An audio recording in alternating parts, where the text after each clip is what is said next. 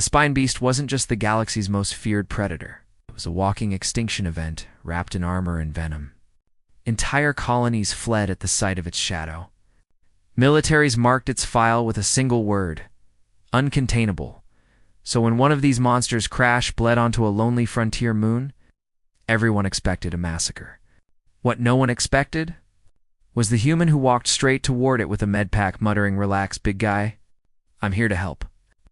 In that moment, the universe learned a dangerous truth. Only human is foolish and fearless enough to try and tame a legend. The galaxy had no shortage of monsters. But the Carthaxian Spine Beast was in a class of its own. 4 meters of plated muscle, jaws that could bite through starship hull alloys, a tail lined with venomous hooks, and an instinctive hatred for anything that moved and wasn't another Spine Beast. Their existence was so singularly violent that even the Carthaxians who bred them for war kept their distance. Entire colonies had been wiped out by a single Spine Beast that escaped its handlers. Galactic survival manuals labeled them with a crimson symbol meaning engage only if suicidal, which was why the galaxy collectively asked the same question when they heard what happened on the frontier moon of Roseven. Who is the lunatic human who tried to adopt one? His name was Jonas Hale, and the universe would never forget him. Jonas had been living on Rosevan for nearly a year, a deserted mining outpost turned research station. He liked the quiet. Humans had a reputation for reckless intensity, but Jonas preferred tinkering with drones, fixing rusted generators, and occasionally cursing at malfunctioning air filters.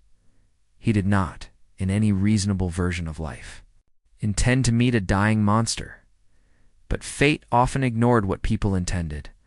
On the morning it began, Jonas was repairing a perimeter scanner when he heard a sound that punched straight through his bones, a low, throaty rumble, like a starship engine growling. The ground trembled. Dust lifted from the cracked stones. He spun around and froze, a Spine Beast bleeding heavily. Dragging itself across the ground was less than 20 meters away. Plasma burns scorched its armor plating. One of its hook-lined tails was severed.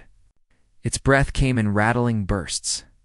Even in this state, its predator's gaze was sharp enough to make Jonas's survival instincts scream. Every instinct said, "Run," instead. He grabbed his med pack and walked toward it. Yeah, he muttered under his breath. "I know. This is how horror stories start. But you're dying, and I don't like leaving things to die." The Spine Beast snapped at him, missing by inches. Jonas halted but didn't retreat. He crouched low, kept his palms up, and spoke softly. "You're hurt. I'm not going to finish you. Just patch you up. You want to bite me? Fine. I probably deserve it. But at least let me try." It was absurd. It was reckless. It was human. The Spine Beast growled again, but this time the sound was weaker. Jonas edged forward, slowly enough that if it decided to kill him, at least it wouldn't be surprised. He injected a blast of regenerative foam into the worst wound. The beast's body twitched violently, and Jonas braced for death. Instead, the creature slumped, eyes flickering. "Good," he whispered. "Means you want to live."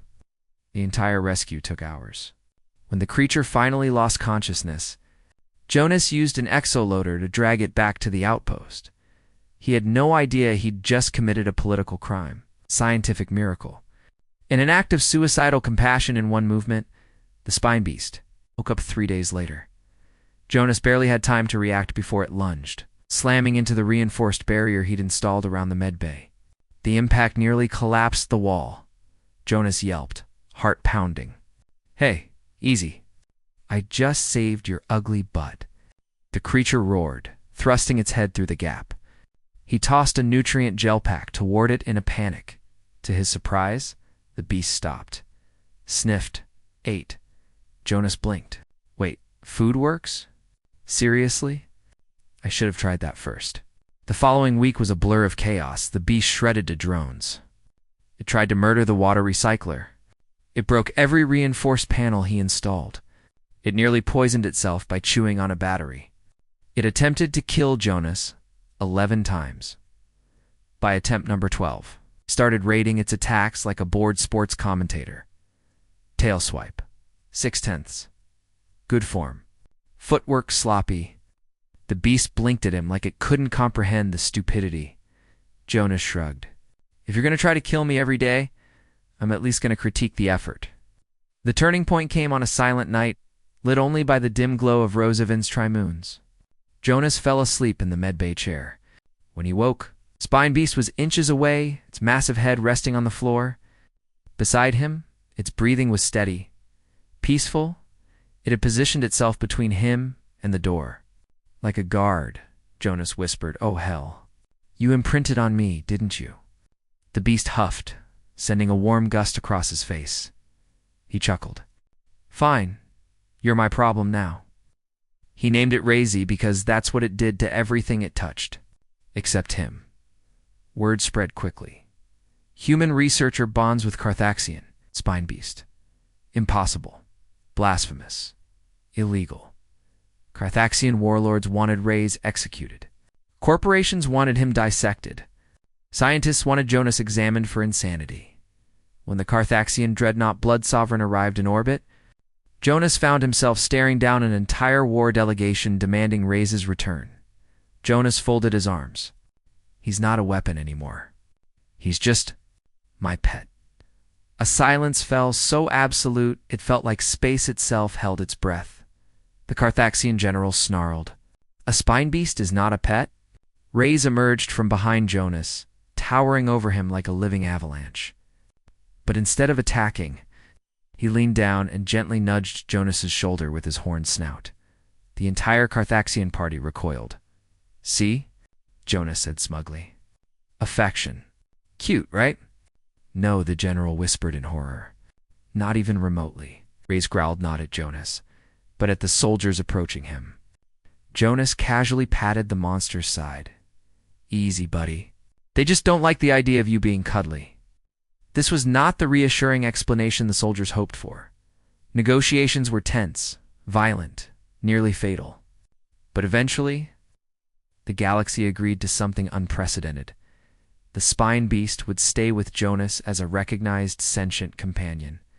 Not a weapon, it was a diplomatic revolution, a biological anomaly, a cultural insult, and a miracle. Life changed after that.